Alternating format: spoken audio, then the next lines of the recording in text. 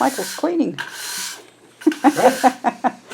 Oh, welcome back, guys. Michael's got a Ralphie in the garage and needs to put the chains on now that snow has arrived.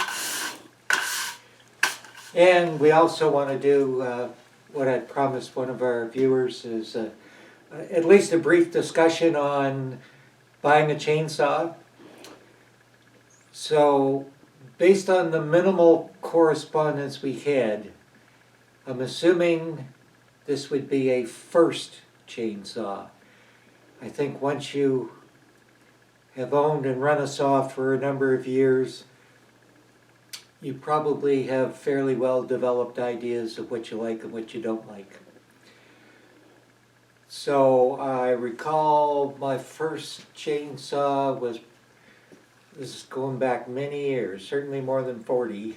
It was a Homelite XL 1 or 2.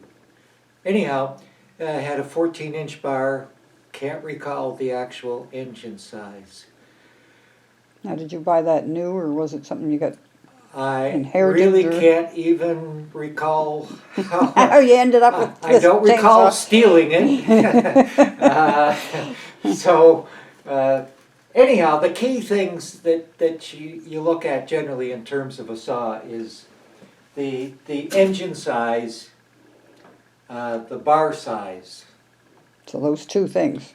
Those are the two most important. I mean, they all have the same standard safety features. Brake lock, chain locks, anti-vibration. That would be, So that's standard pretty much across the board. yeah, in fact, I think it's mandatory as far as the lock mechanism goes, that your anti-kickback lock. And for those, well, just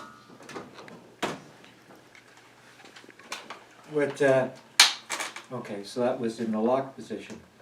So basically what happens if your chainsaw suddenly kicks back on you, and a kickback comes when you get this part of the bar chewing into the wood, because it wants to throw the saw back.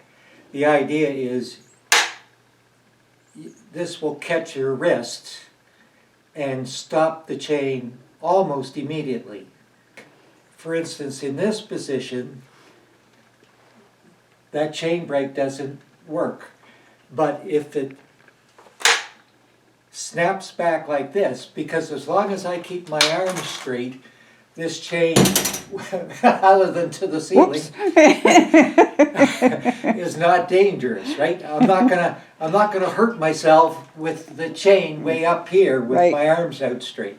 And that's why it's important to keep this, particularly this arm here, locked rigid because you don't want this to happen, and that's where the brake will stop the chain, so if it continues on and hits you, at least it won't be a running chain. At least it's not running. Right? Anyhow, So that's standard now on any chainsaw. yes, I'm sure it's mandated. The other thing is your bar size.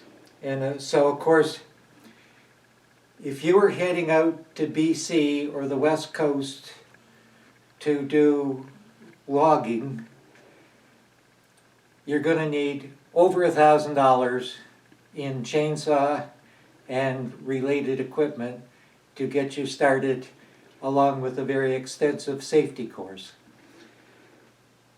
That's For- because the trees are bigger. Oh yeah. Yes.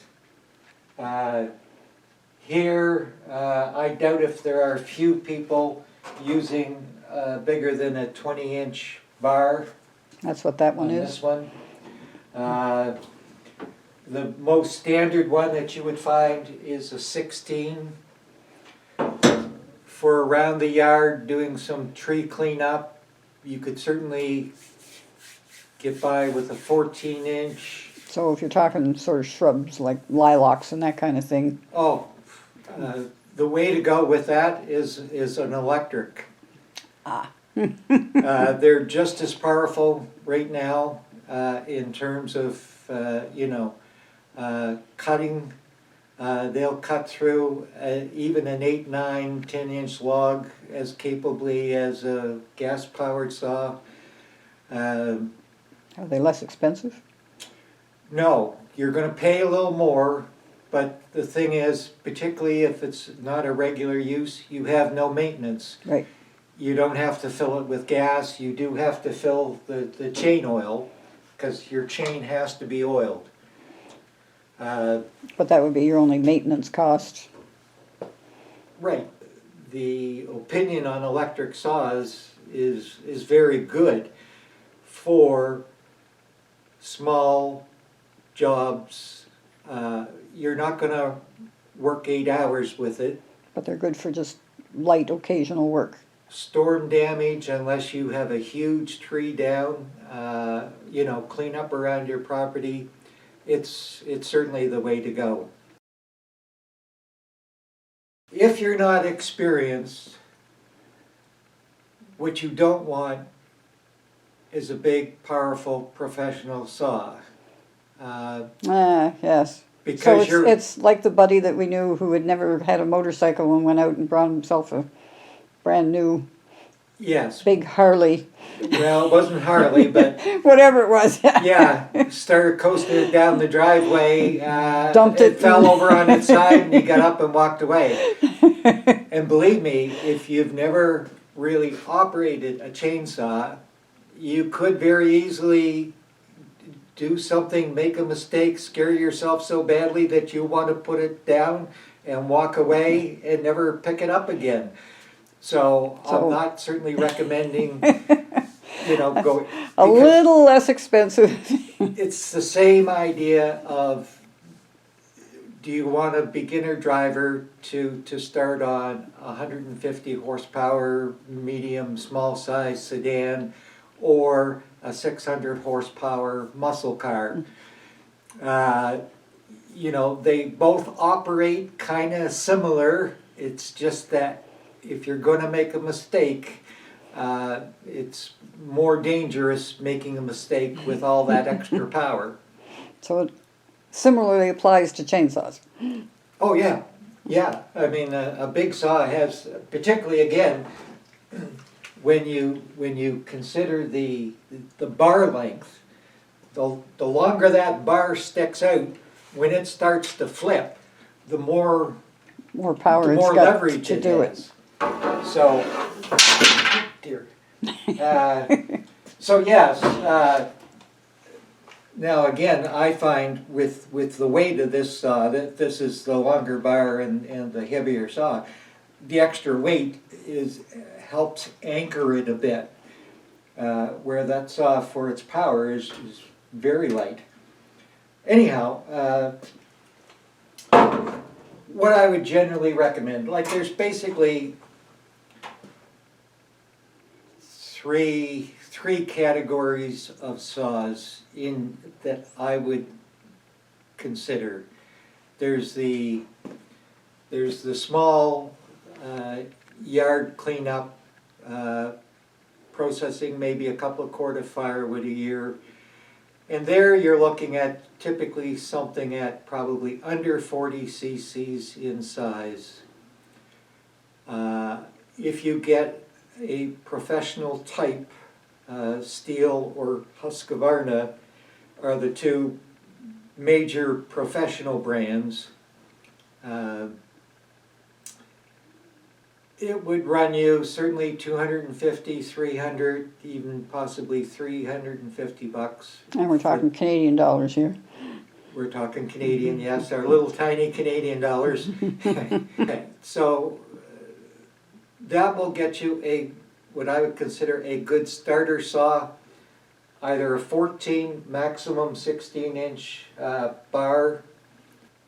Once you have enough experience that you know you're committed to being a chainsaw person and going out and using one regularly, upgrading your saw to a bigger, better, more powerful saw is definitely worthwhile. That's, I think, the strategy that essentially I've taken is that, you know, started out small, got bigger. Certainly, my Pro Saw had lots and lots of power.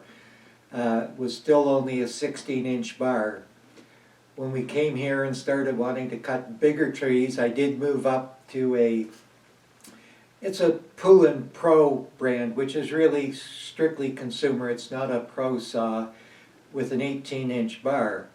And it worked well. And after I wore out 2 of those, I decided it was time to move up to what I would call, these are generally referred to as ranch farm saws. So they're for people who are not professionals doing this 8 hours a day, but they're people who have land and are using them to Fairly regularly. pretty regularly. Okay, so let me get this straight. So you're recommending for a starter saw something under 40 cc or up to 40 cc with a 14 or a 16-inch bar, yes? Yep. If you're just doing yard work, electric's probably the way to go. Yep. And after you've been chainsawing for a bit, then you may want to look at an upgrade.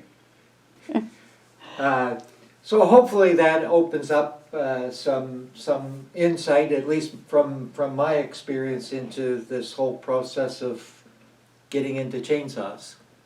Thanks for watching. Stay safe, and we'll see you on the next video. Catch you next time.